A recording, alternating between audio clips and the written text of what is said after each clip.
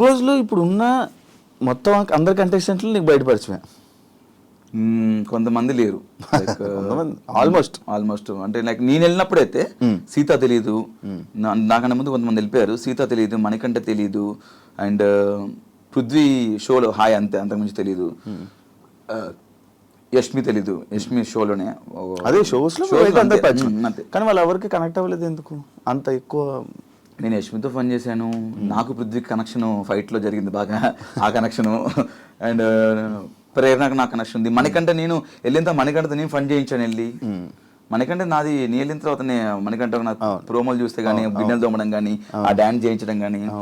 And ఇంకెవరు, సీత వెళ్ళిపోయినా ఆ వీకే వెళ్ళిపోయింది పాపం అమ్మాయి. ఆ అమ్మాయి కూడా నువ్వు చూసినట్టయితే నేను ఎంత కనెక్ట్ అయ్యానంటే ఆ అమ్మాయికి, తను ఎలిమినేషన్ వెళ్ళిపోతున్నప్పుడు స్టేజ్ మీద వైట్ హార్ట్ నా ఒక్కడిది పెట్టింది. వైట్ హార్ట్ నా ఒక్కడిది పెట్టింది, వాళ్ళ ఓజీ నుంచి కూడా పెట్టలేదు, రాయల్స్ నుంచి కూడా నా ఒక్కడిది పెట్టింది. ఓవరాల్ వైట్ హార్ట్ నా ఒక్కడిదే పెట్టింది చూసినట్టయితే. అంత కనెక్ట్ అయిపోయింది అమ్మాయి కూడా. అండ్ మనకంట ఓకే, వీళ్ళంతా మిగతా వాళ్ళు ఇంకెవరు లేరు.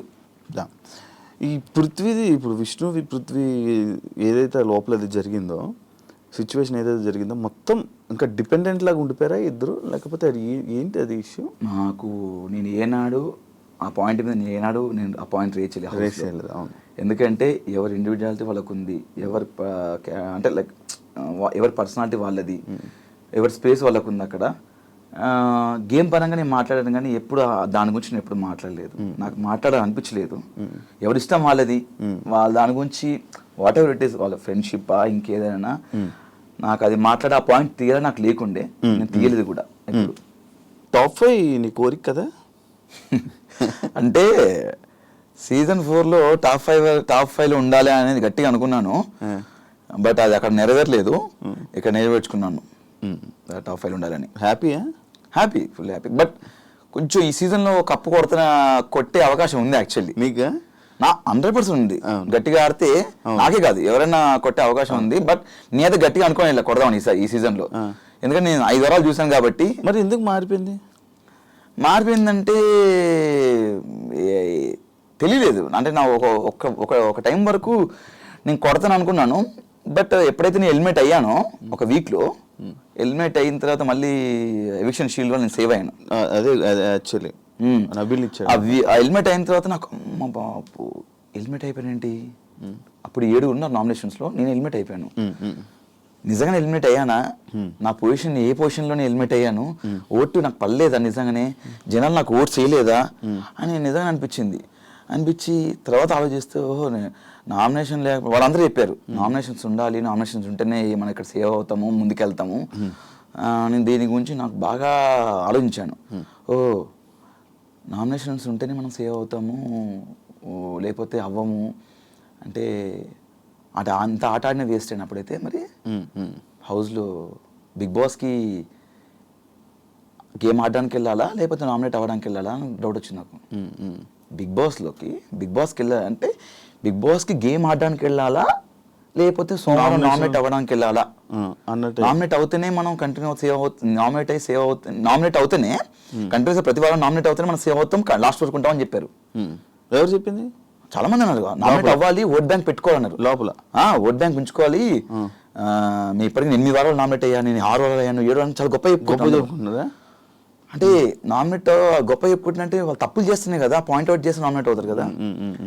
అంటే ఆ తప్పులు చేసిన వాళ్ళని పాయింట్అవుట్ చేసి నామినేట్ చేస్తే తప్పులు చేసిన వాళ్ళు జనాలు సేవ్ చేస్తున్నారు. సేవ్ చేసిన వాళ్ళు సర్వే ముందుకెళ్ళిపోతున్నారు. నామినేట్ అవ్వట్లేదు అర్థం ఏంటి? ఏ తప్పు చేయట్లేనే కదా. ఏ తప్పు చేయక నువ్వు బాగా ఆడుతున్నావు, నీకు అర్థమవుతుంది శివ కదా.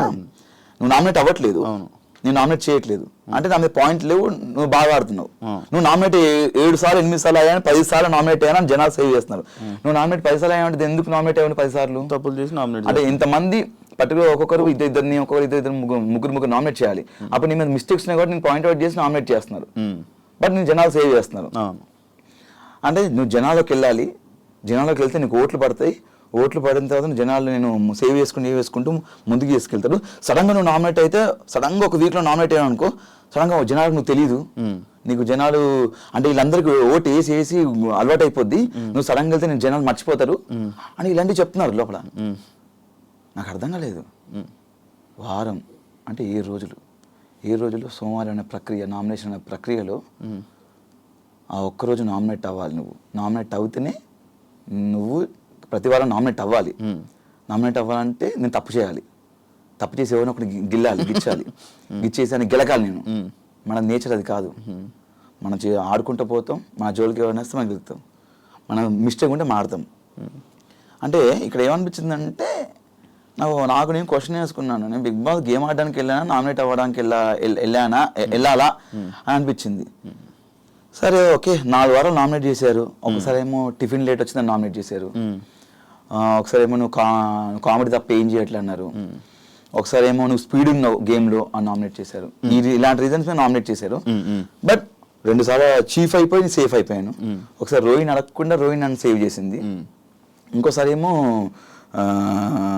ఇది పవర్ యూజ్ చేసుకున్నాను. ఇంకొకసారి నామినేట్ అయ్యాను, దాంట్లో ఎలిమినేట్ అయిపోయాను. అప్పుడు ఎవిక్షన్ షీల్డ్ వచ్చింది, నబీల్ ఇచ్చాడు. కష్టంతో ముందుకెళ్ళావా, జనాల ఓట్లతో ముందుకెళ్ళావా? నా కష్టంతో ముందుకెళ్ళాను నేను. ఎందుకు? కష్టపడుతుంది కదా ముందుకెళ్తాం. మరి ఓట్లు పడక కాదా? ఓట్లు పడక కాదా? నా ఓట్లు పడలేదు కదా మరి. అంటే నేను నామినేట్ అయితే నేను 4 సార్లు నామినేట్ అయ్యాను, ఒకసారి 2 సార్లు చీఫ్ అయ్యాను. లక్ కూడా ఫ్యాక్టర్ చేసిందా? 100% లక్ ఫ్యాక్టరీ చేస్తుంది. నేనేమంటున్నానంటే శివ, నువ్వు కష్టపడుతూ వెళ్తున్నప్పుడు నీకు ఏదో టైంలో ఇలా వెళ్తున్నావు, జీవితంలో సాధిస్తాం లేదనుకున్నప్పుడు ఒక ఆపర్చునిటీ వచ్చింది. అది లక్క ఏమో తెలీదు, నువ్వు ఒకప్పుడు ట్రై చేసావు, బట్ సడన్గా నీకు అది అవకాశం వచ్చింది, ఫోన్ వచ్చింది, సో ఏమంటే నీకు ఆపర్చునిటీ వచ్చిందని చెప్పేసి. నాకు తెలిసి బిగ్ బాస్ లక్ ఫ్యాక్టరీ కూడా నేను నమ్ముతాను. నేను కొన్ని బిగ్ బాస్ లో జీవితంలో కూడా లక్ అనేది మనం నమ్మాలి సందర్భాల్లో. నాకు నమ్మాను. అంటే నేను ఒక్కసారి బయట జనాల్లోకి వెళ్ళాను, ఆ ఒక్కసారి కూడా ఎలిమినేట్ అయిపోయాను. అప్పుడు షీల్డ్ వల్ల, షీల్డ్ అనేది ఒక ప్రక్రియ, కంపల్సరీ షీల్డ్ ఎవరికో ఒకరు రావాలి, అది వాళ్ళు వాడుకుంటారా ఇంకొకరికి ఇస్తారు అనేది వాళ్ళ ఇష్టం. అది ఆ టైంకి నాకు నబీల్ ఇచ్చాడు, ఐమ్ వెరీ థ్యాంక్ఫుల్. చాలాసార్లు చెప్పాను. దానివల్ల నేను జనాలు ఎలిమినేట్ అయిపోయాను కదా, నాకు షీల్డ్ వచ్చిందని ఇంకా కసి ఆడాను. ఇంకా కసి ఆడుతూ మళ్ళీ నెక్స్ట్ మెగా చీఫ్ అయ్యాను. ఆడుతూ కంటెంటర్ అయ్యాను, ఫస్ట్ ఫైనలిస్ట్ అయిపోయాను. 15th వీక్లో అందరు నామినేషన్స్ ఉంటారు, అక్కడ నాకు ఓటు రాలేదు. అవును, లాస్ట్ సీజన్లో జరిగింది సేమ్ ఈ సీజన్లో కూడా నీకు ఒకటి జరిగింది. ఎవిక్షన్ షీల్డ్ కాదు, ఏది? నిన్ను నీ ఎంటర్టైన్మెంట్ని జనాలు ఎంజాయ్ చేస్తున్నారు, కానీ అవినాష్కి ఓట్లు వేయట్లేదు. అది అర్థం కాలే నాకు. కారణం ఏమనుకుంటున్నావు? ఏమైనా ఉందా? అంటే రోహిణి కూడా అదే అన్నది, ఒక స్టేట్మెంట్ బాగా చేసింది, మనము ఓన్లీ కామెడీ చేయడం వరకే పనికొస్తాంరా, మనం విన్నర్లు అవ్వలేము, మనము ఇది అవ్వలేము. దానికి నువ్వు ఏమైనా ఇవ్వగలవా? అంటే నేను మరి ఈ సీజన్లో నేను టాస్క్లు ఆడాను, కామెడీ చేశాను, నా ఎమోషన్ చూపించాను, సిచ్యువేషన్ బట్టి వచ్చినప్పుడు ఎవ్రీథింగ్. టాస్క్లు ఆడకుండా నేను ఫైనలిస్ట్ అవ్వను కదా. నువ్వు మా టాస్క్ చూసినా కూడా ప్రతిదీ నువ్వు చూస్తూనే ఉంటావు, జనాలు కూడా చూస్తున్నాను. బట్ అదే నాకు అర్థం కావట్లేదు. టాస్క్లు ఆడాను, ఫన్ చేశాను, నేను చేశాను, మరి ఎందుకు గెలవలేదు అర్థం కావట్లేదు. ఎంటర్టైనర్ కప్పు రాదా? రావాలని కోరుకుంటున్నా నేను. నాకు కూడా యాక్చువల్లీ నాకు సీజన్ 4లో క్వశ్చన్ వచ్చింది, నేను బయటకు వచ్చిన చాలా బాధ వేసింది. జనాలు ఎక్కడికి వెళ్ళినా ఇంత బాగా ఆడారు అంటున్నారు, జనాలు మళ్ళా నాకు ఓట్లు పడలేదు. మరి అంటే దీనికి ఏం సమాధానం చెప్తాం శివ?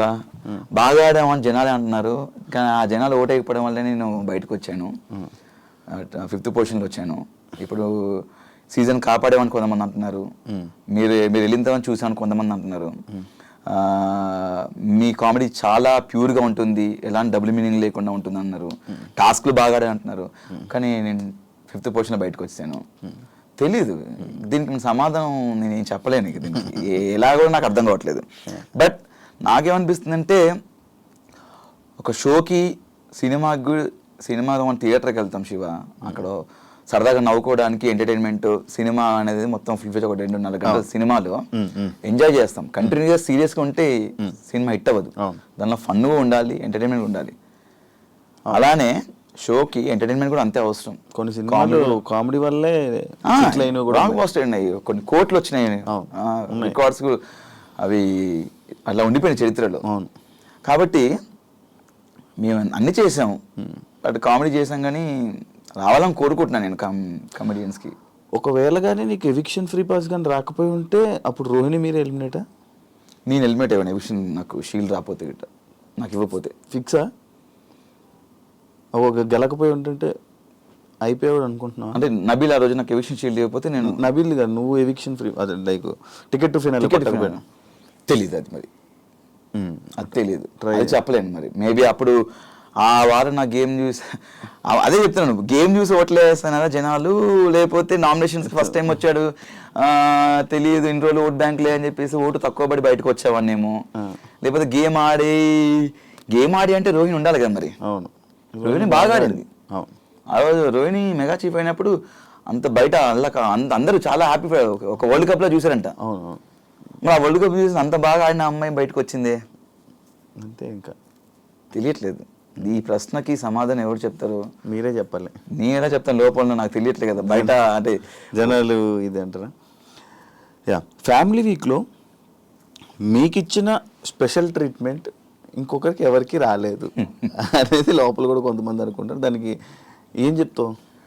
ఏం చెప్తాం అంటే, నా యానివర్సరీ కూడా లోపలనే, అంటే October 28th నా యానివర్సరీ, అది మిస్ అయిపోయింది, లోపల ఉండిపోయినా.